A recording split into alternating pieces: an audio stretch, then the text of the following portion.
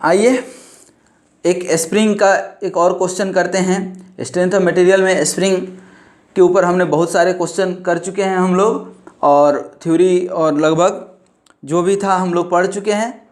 तो आइए एक क्वेश्चन देखते हैं। क्वेश्चन कोई भी जैसे ही आप पढ़ना शुरू करें सबसे पहले गिवन लिख लीजिए, ठीक है ना। पैरेलली लिखते जाइए कि क्या क्या मांग रहा है, क्या क्या दिया है, फिर हम लिख लेंगे टू फाइंड, क्या हमको निकालना है।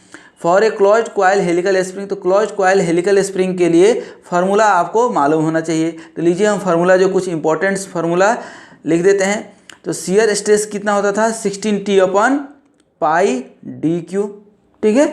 हम आपको याद दिला दें कि यही हमारा क्लोज्ड कॉइल स्प्रिंग था, और इसमें शियर स्ट्रेस देखिए 16T/πdq, इसी को हम क्या लिख सकते हैं 16Wr/πdq लिख सकते हैं। और ये डिफ्लेक्शन 64Wrqn, W क्या हो गया load, R mean radius of coil, number of coil, C modulus of rigidity, and D is the diameter of the spring wire, ठीक है। तो इस तरह से ये डिफ्लेक्शन निकल गया, ठीक है। ये डिफ्लेक्शन का फॉर्मूला एक बार और यहाँ पे लिख देते हैं, थोड़ा सा बड़ा सा, WrQn/CD⁴, ठीक है। तो ये आपका क्या हो गया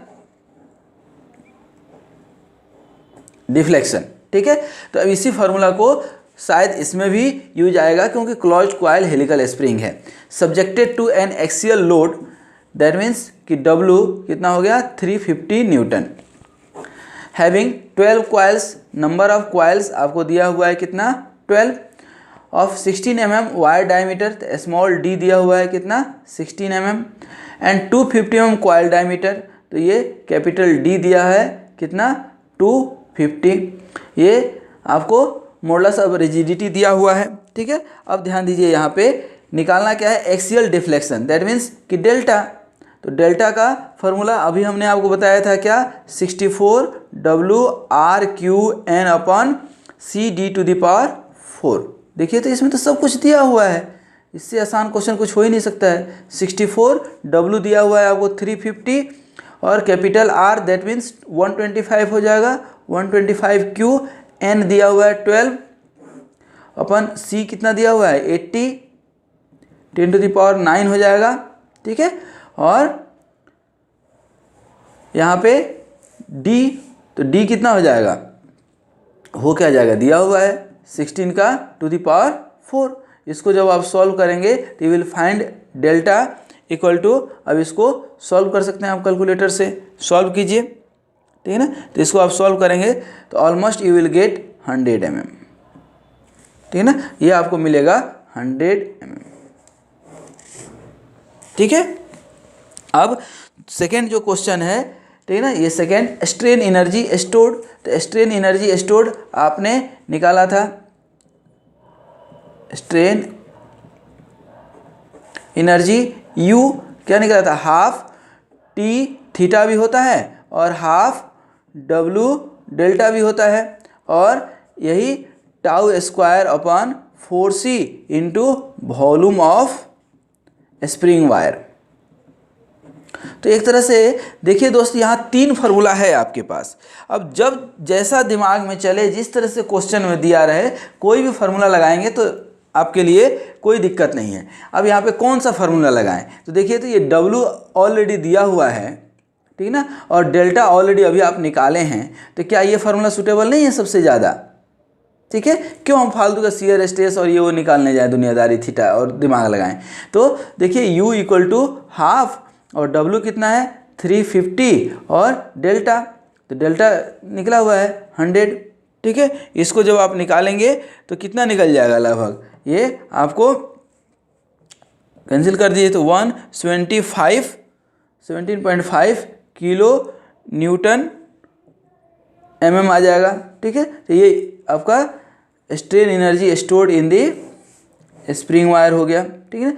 थर्ड और लास्ट क्या मांग रहा है, maximum shear stress using Wahl's correction factor, ठीक है ना, यूजिंग वाल्स करेक्शन फैक्टर, ठीक है। तो अब शियर स्ट्रेस आपका फार्मूला क्या होता है, तो शियर स्ट्रेस का फार्मूला होता है tau equal to 16 T, T के जगह पे हम क्या लिख सकते हैं WR अपन पाई DQ, और using Wahl's correction factor that means small k। ठीक है, अब इस स्मॉल k को हम लोग क्या निकालते थे, ध्यान दीजिए, ये आपका जो k है, यही k होता था वाल्स करेक्शन फैक्टर, और ये होता था 4s-1 अपन 4s-4 प्लस 0.615 अपन s।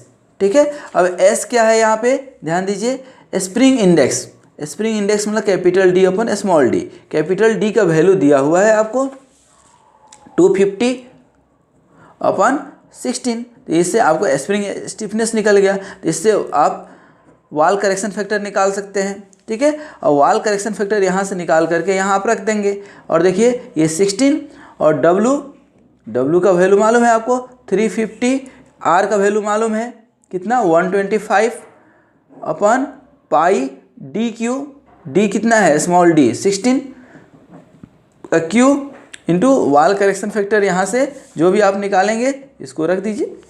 इस तरह से आप देखेंगे कि ये शियर स्ट्रेस आपका जो है लगभग 60 मेगापास्कल आ रहा होगा, ये आप निकाल के थोड़ा सा देख लीजिएगा।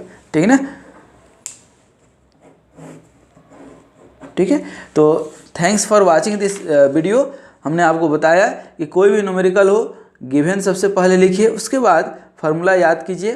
ठीक है, और ये सारे वीडियोज आपके अपने लिए हैं, जब भी समय मिलता है दिल खोल करके, दिमाग खोल करके देखिए, इससे आपका नॉलेज ही सिर्फ इंक्रीज नहीं होगा बल्कि आपकी सोचने की क्षमता भी बढ़ेगी।